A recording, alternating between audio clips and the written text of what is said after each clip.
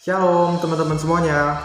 Perkenalkan sebelumnya kami dari kelompok 4. Kami di sini akan mempresentasikan tentang analisis kelas SMA berdasarkan hasil wawancara yang kami lakukan dari guru narasumber.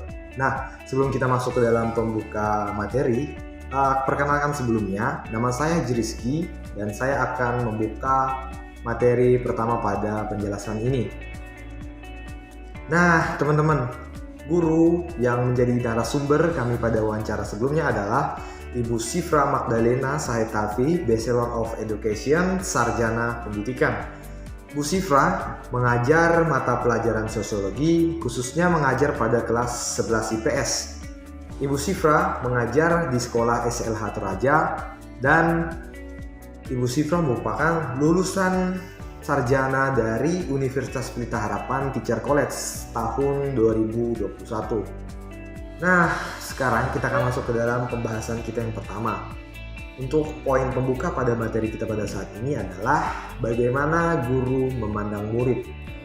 Berdasarkan hasil wawancara kami bersama Bu Sifra mengatakan murid-murid adalah anak yang dititipkan Tuhan pada kita untuk kita bimbing, yang sama-sama telah jatuh ke dalam dosa.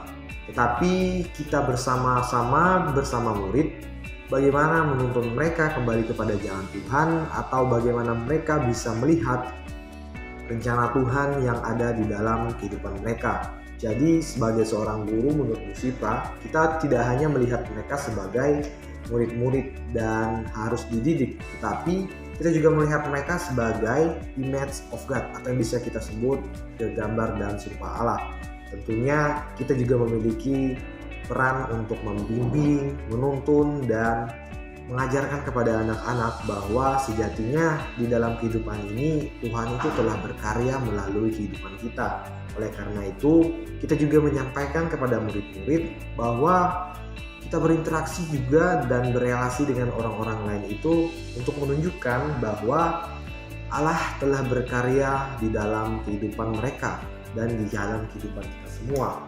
Nah, tetapi kita juga beritahu kepada murid-murid bahwa karena relasi manusia yang sebenarnya sudah terdistorsi dengan dosa, kita itu tujuannya melenceng daripada Tuhan, yang dimana kita itu lebih memuliakan atau cenderung memuliakan diri sendiri. Jadi kita juga mengajarkan kepada para murid-murid bahwa kita itu terdistorsi karena dosa. Oleh karena itu kita juga mengajarkan mana yang baik, mana yang harus dibimbing dan diajarkan kepada anak-anak. Perkenalkan, nama saya Evi Ropina Ribot Siadegar, biasa dipanggil Evi. Saya akan melanjutkan pertanyaan, apa peran guru di dalam proses pembelajaran? Yang pertama, peran guru dalam proses pembelajaran yaitu mentransformasi pengetahuan yang dimiliki oleh seorang guru kepada murid-muridnya. Jadi, peran guru di sini harus lebih mengutamakan pemahaman siswa tentang materi ajar itu sudah sejauh mana dan tidak terlalu mementingkan nilai sebagai acuan pembelajaran. Yang kedua, mengajak siswa untuk lebih mengenal Kristus lewat pemahaman yang mereka miliki. Pada poin kedua ini, peran guru yaitu memastikan siswa telah memiliki pemahaman yang mengenal Allah, dari yang sebelumnya belum mengenal Allah menjadi mengenal karya Allah dan mengenal Kristus. Yang ketiga, sebagai seorang guru juga perlu untuk mengajak siswa lebih aktif lagi dalam pembelajaran. Di sini, peran guru juga mengajarkan siswa untuk berpartisipasi lebih aktif dalam perbaikan lingkungan dan untuk dirinya mereka sendiri yang bertujuan untuk menambah wawasan serta mengembangkan pemahaman yang mereka miliki saat ini. Dan yang terakhir, peran guru melihat apa yang menjadi kelebihan dan kekurangan dari setiap siswa serta segala bakat yang dimiliki oleh mereka. Untuk poin ini, melalui perancangan kelas dengan memandang bahwa setiap siswa itu unik dengan karakter masing-masing yang mereka punya. Jadi untuk mengerjakan suatu perencanaan dari sebuah materi, kita sebagai guru harus tahu tujuannya itu apa dan bagaimana agar bisa tetap mengembangkan apa yang anak-anak itu punya melalui bakat dan minat. Dan juga RPP merupakan sebuah pengaruh besar untuk seorang guru dalam merancang kelas, yang dimana harus membuat tujuan akhir dari materi itu, lalu menentukan bagaimana pelaksanaan akan setiap pertemuan. Yang melandasi pertimbangan tersebut, bagaimana Allah menciptakan dan mendesain anak-anak sesuai dengan porsinya masing-masing, dan tujuannya itu untuk mentransformasi anak-anak di setiap pembelajaran. Shalom, perkenalkan, nama saya Brigita Nurtaneta Eko, biasa dipanggil Brigita. Jadi saya akan menjelaskan mengenai orientasi kurikulum. Jadi saat kami wawancara Ibu Sifra kemarin, beliau tidak menjelaskan mengenai apa itu orientasi kurikulum. Jadi saya akan menjelaskan menurut pandangan kelompok kami.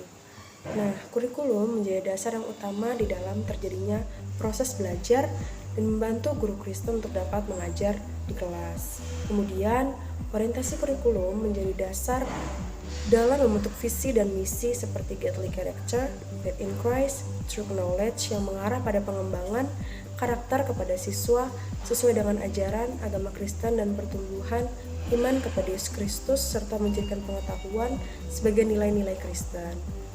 Kemudian, kurikulum dapat membantu guru dalam proses belajar dan mengajar dalam kelas. Adapun terdapat beberapa orientasi kurikulum, yaitu yang pertama, kurikulum berorientasi pada mata pelajaran.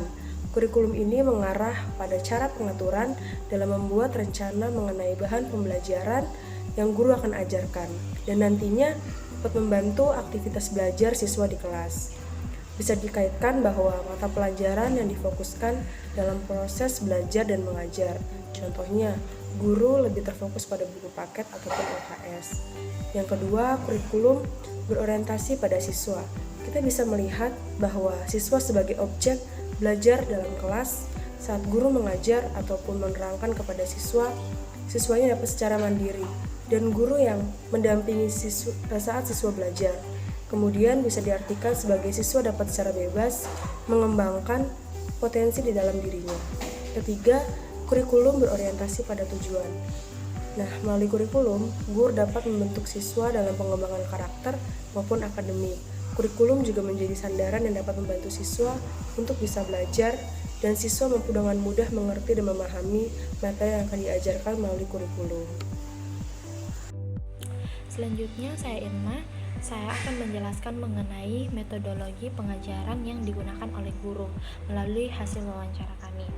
Nah, dari Bu Sifra, metode pengajaran yang digunakan yaitu metode diskusi, di mana beliau mengelompokkan siswa dengan melihat kemampuan dari tiap-tiap siswa, sehingga mereka saling bekerjasama, saling melengkapi, dan dapat memecahkan masalah di dalam kelompok tersebut.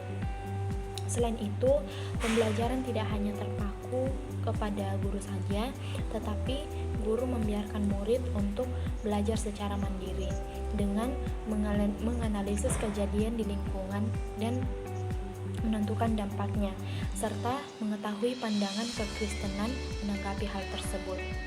Selain itu, Bu Sifra juga menggunakan 3 metode penilaian, yaitu kognitif, afektif, dan psikomotorik yang mencakup penilaian pengetahuan, sikap, dan keterampilan. Nah, dari hasil wawancara, kelompok kami menyimpulkan bahwa metode pengajaran yang dilakukan oleh Ibu Sifra sudah sesuai dengan metode pengajaran yang seharusnya dilakukan oleh guru-guru pada umumnya. Khususnya dalam guru Kristen ini, metode yang digunakan Ibu Sifra ini sudah sangat sesuai, yaitu membawa murid melihat pandangan kekristenan mengenai suatu kejadian yang terjadi di dalam lingkungannya. Jadi di sini murid tidak hanya sekedar belajar tentang teori, namun murid dapat secara mandiri menentukan atau melihat pandangan kekristenan dari apa yang mereka pelajari, sehingga mereka dapat mengetahui bahwa pelajaran yang dipelajari itu apakah sesuai dengan pandangan kekristenan atau justru bertentangan dengan pandangan kekristenan.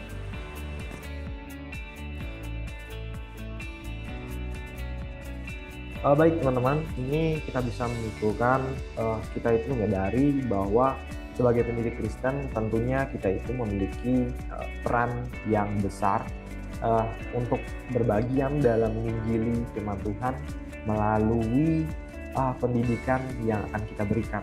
Oleh karena itu, sebagai manusia yang telah jatuh ke dalam dosa, tentunya kita itu tidak bisa menyelamatkan diri kita sendiri karena kehebatan, karena kepandaian, ataupun kemampuan kita sebagai manusia. Tentunya kita itu butuh Tuhan. kita itu perlu Tuhan yang bisa menyelamatkan dan menolong kita dari belenggu dosa.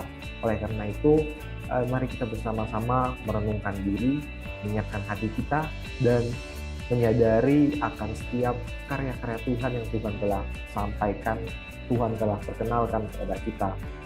Oleh karena itu, sebagai pendidik Kristen, kami akan berusaha untuk merenungkan diri dan meminta pertolongan Tuhan, karena sejatinya hanya Tuhanlah yang bisa menolong kita, melawat kita, agar kita bisa mengenalnya lebih dalam, mengenal Tuhan dengan benar, dan semuanya itu bisa kita kaitkan sebagai peran Kristen.